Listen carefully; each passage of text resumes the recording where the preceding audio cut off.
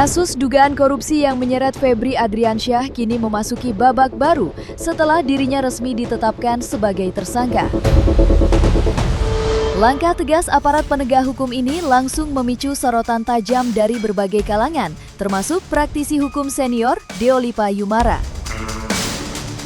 Dengan analisisnya yang lugas dan tanpa kompromi, Deolipa memberikan peta pandangan hukum yang mendalam terkait pusaran kasus ini, mulai dari kekuatan alat bukti yang ditemukan, aroma keterlibatan jaringan lain, hingga tuntutan sanksi ekstrim demi keadilan yang real. Berikut adalah 5 pandangan hukum krusial Deolipa Yumara yang membedah anatomi kasus korupsi dugaan Febri Adriansyah.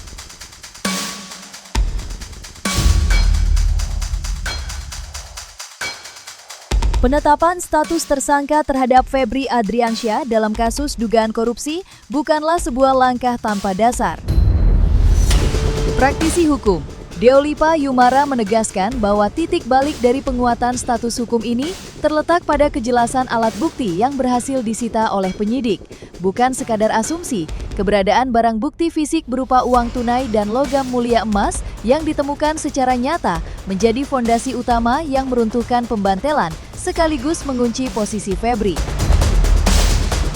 Berikut adalah analisis mendalam Deolipa Yumara mengenai pentingnya temuan barang bukti fisik tersebut sebagai kunci utama dalam menjerat Febri Adriansyah.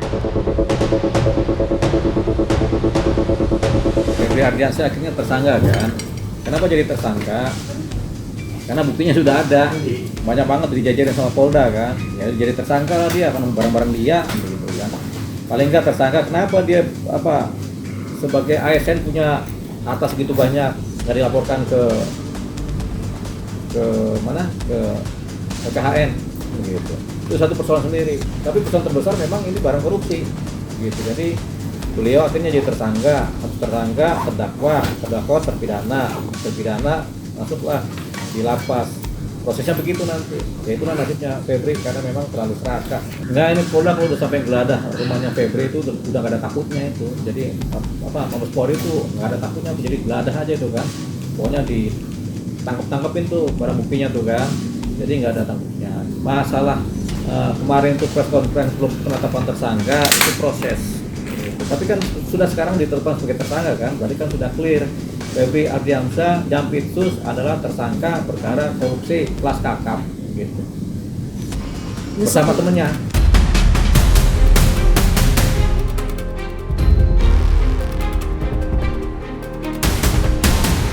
Sebuah skandal korupsi besar jarang sekali berjalan dalam ruang hampa atau digerakkan oleh satu tangan tunggal.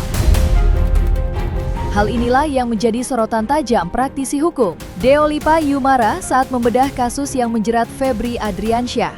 Deolipa secara belak-belakan mensinyalir bahwa Febri tidak berdiri sendiri dalam melancarkan dugaan aksi lancungnya. Menurutnya, ada gurita jaringan dan aktor kuat di balik layar yang ikut bermain dan menikmati aliran dana tersebut. Berikut adalah analisis mendalam Deolipa Yumara mengenai dugaan keterlibatan pihak lain yang berpotensi menyeret tersangka baru dalam pusaran kasus ini. Jadi pasti nggak dikerjakan sendiri. Hal yang besar ini pasti nggak Febri sendiri atau sama temennya berdua kerja, pasti ada tim yang lain yang kerja. Makanya ini harus benar-benar ditelusuri siapa berbuat apanya nih, pelakunya siapa aja nih kan, timnya siapa aja, ini pasti banyak dari pelakunya. Nanti kita juga, tim masyarakat juga sedih ya, kenapa orang yang harusnya menegakkan hukum merampok itu semua. Jadi kita miris melihatnya ya. Gitu. Orang yang harusnya menegakkan aturan ternyata dia pelakunya gitu kan. Ini kalau bukan psikopat apa namanya nih kan kayak gitu kan, dia menegakkan hukum malah dia yang mengangkat hukum kan. Jadi bahasa kasarnya psikopat aja lah kita bilang gitu.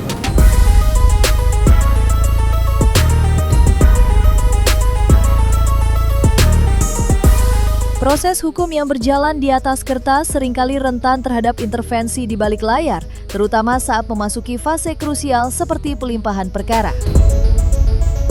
Celah rawan inilah yang diwanti-wanti secara tegas oleh praktisi hukum Deolipa Yumara dalam kasus korupsi yang menjerat Febri Adriansyah. Deolipa mengeluarkan imbauan keras agar aparat penegak hukum ekstra waspada dan berhati-hati dalam proses pelimpahan ini. Ia mencium adanya potensi manuver koordinasi baru dari pihak-pihak tertentu yang sengaja dirancang untuk menggembosi pembuktian dan melemahkan jalannya perkara.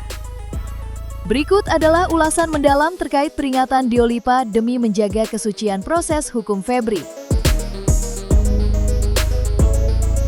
Siapa yang menyidik, dialah yang prosesnya menjadi tersangka, dialah yang menyelesaikan proses kelengkapan berkas.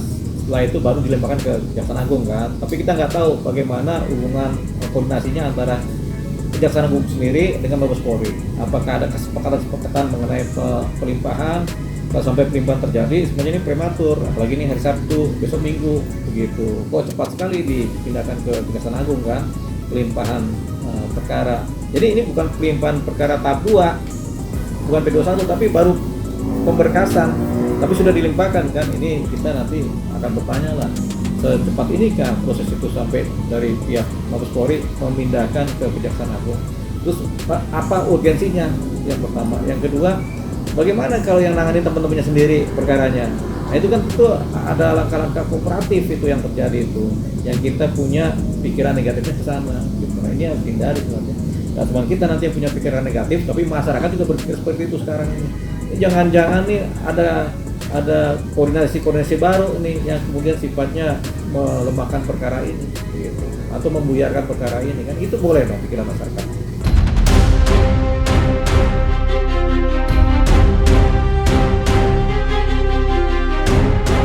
Kejahatan korupsi adalah kejahatan luar biasa atau extraordinary crime yang menuntut ketegasan hukum tanpa pandang bulu. Menanggapi jeratan kasus yang menimpa Febri Adriansyah, praktisi hukum Deolipa Yumara melontarkan pernyataan yang menghentak publik terkait sanksi pidana. Deolipa menilai bahwa ancaman hukuman maksimal 15 tahun penjara yang ada saat ini masih terlalu longgar dan belum mampu memberikan efek jera yang real. Secara berani, ia mendorong agar aparat penegak hukum menerapkan sanksi yang jauh lebih agresif, mulai dari pidana minimal 20 tahun penjara hingga opsi hukuman mati. Berikut adalah ulasan mendalam mengenai argumentasi Deolipa di balik tuntutan sanksi ekstrim tersebut.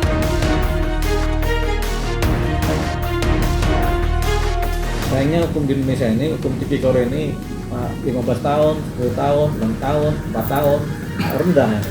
Makanya harus ada hukuman minimal. Bikinlah undang-undang baru tipikor yang ancaman hukumannya minimal 20 tahun penjara atau hukuman mati. Begitu baru kapok nih koruptor. Kalau nggak gitu, kalau ada ruang negosiasi karena ancaman hukumannya yang bisa dinegokan.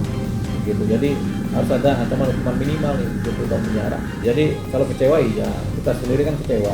Masyarakat juga kecewa. Gitu. Jadi ini mewakili kekecewaan masyarakat banyak nih sebenarnya ini kan.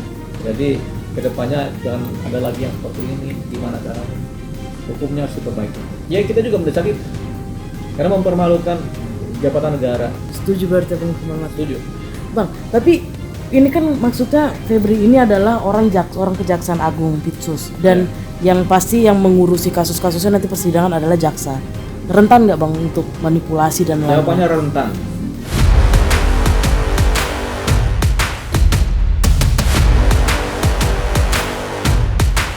Integritas seorang figur publik seringkali diuji lewat rekam jejak panjang yang ditinggalkannya di masa lalu.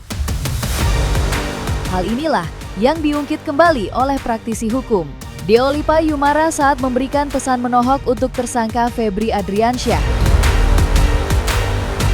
Deolipa secara khusus menarik benang merah kasus korupsi saat ini dengan memori tahun 2024 silam, di mana Febri sempat dilaporkan atas dugaan penyalahgunaan wewenang.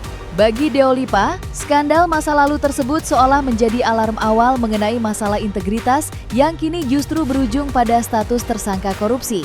Berikut adalah ulasan mendalam mengenai sentilan rekam jejak yang dilontarkan Deolipa Yumara. Ya, Kang Febri, keterlaluan sih Anda ini kan. Kita udah laporkan Anda dari 2024 itu. KPK cuma masih belum kerja aja tuh. Nggak tahu kenapa tuh, tapi untungnya Kakortas Tipikor Mabes Polri bekerja, jadi ya kenalan Anda. Lah 2024 melaporkan apa Bang? Ya sama juga perkara Jiwasraya kan kita laporkan PP Ardiansa, ada itu datanya di data-data tahun 2004. Kabar baik buat para pelapor yang dulu kita hampir aja kita gugur. Ada berapa pelapor bang? Ada KSST, ada Jatam, ada Maki, ada IPW, ada saya juga. Oh, kerugiannya banyak tuh. Kita berangkat kerugian sampai 9 triliun bancakan. Dari sampai jual beli saham batu bara, saham perusahaan yang disita oleh negara, tapi dilelang. Dilelang dengan harga murah. Dengan dilelang dengan harga murah dan pembelinya juga orang-orang besar. Pasti kita pengen ekspresi mengedepankan estetika disampaikan. jelas tadi mendengarkan.